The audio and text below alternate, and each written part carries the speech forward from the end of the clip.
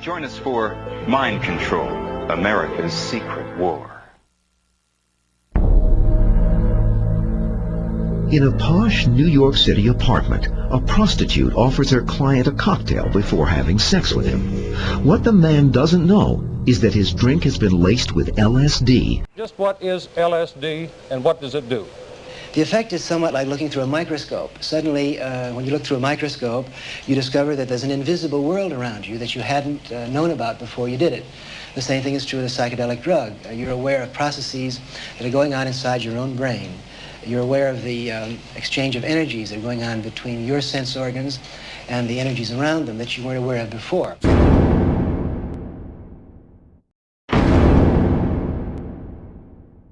The goal of these experiments is to determine if the human mind can be controlled using outside forces, drugs, electroshock, hypnosis. It is a top-secret program that reaches terrifying heights in the 1950s and 1960s, but has its roots in the Middle Ages.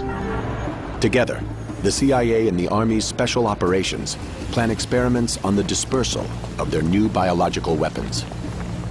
More than once, they simulate an attack on an entire city. One target, the nation's most populous metropolis, New York.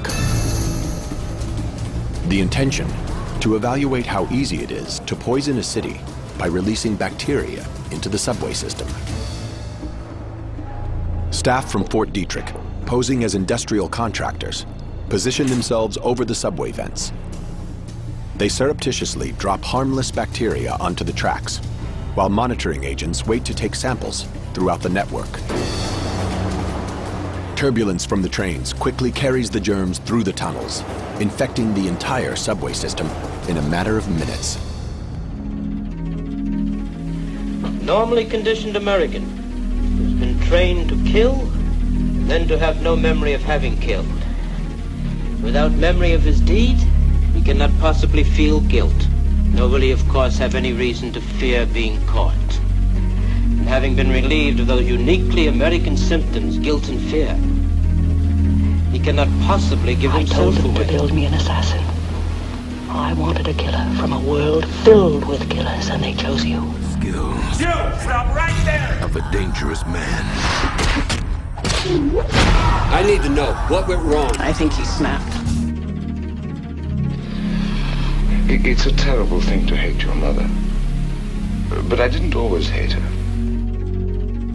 The preceding is from Richard Condon's novel, The Manchurian Candidate, which in 1962 became a hit movie, in which Lawrence Harvey played Raymond Shaw, a highly decorated prisoner of war who was brainwashed by his North Korean captors to become a robot assassin programmed to murder the president. Unknown to millions of people who thrilled to this taut tale in theaters across America, the Central Intelligence Agency, at the time, through its MK-Ultra program, was devoting large resources to see if by drugs, electroshock, or hypnotism, a robot assassin could in fact be created. When I sleep, I dream. I don't want to dream.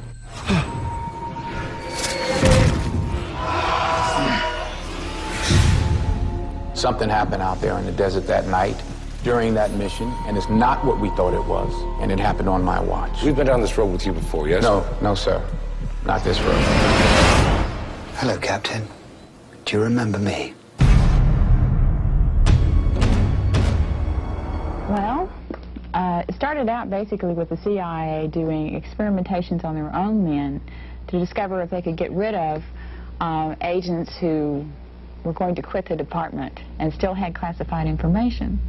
So they utilized different types of drugs and pain and hypnosis and electric shock to try and get the guys to forget. Then they also did experimentations to using different chemicals to see if you can induce a person to commit a crime or induce him to do that or to do this. Of course, the CIA claimed that it didn't carry it through. The documentation we got was actually that they did that. This is the Allen Memorial Institute in Montreal, one of Canada's most highly respected psychiatric hospitals.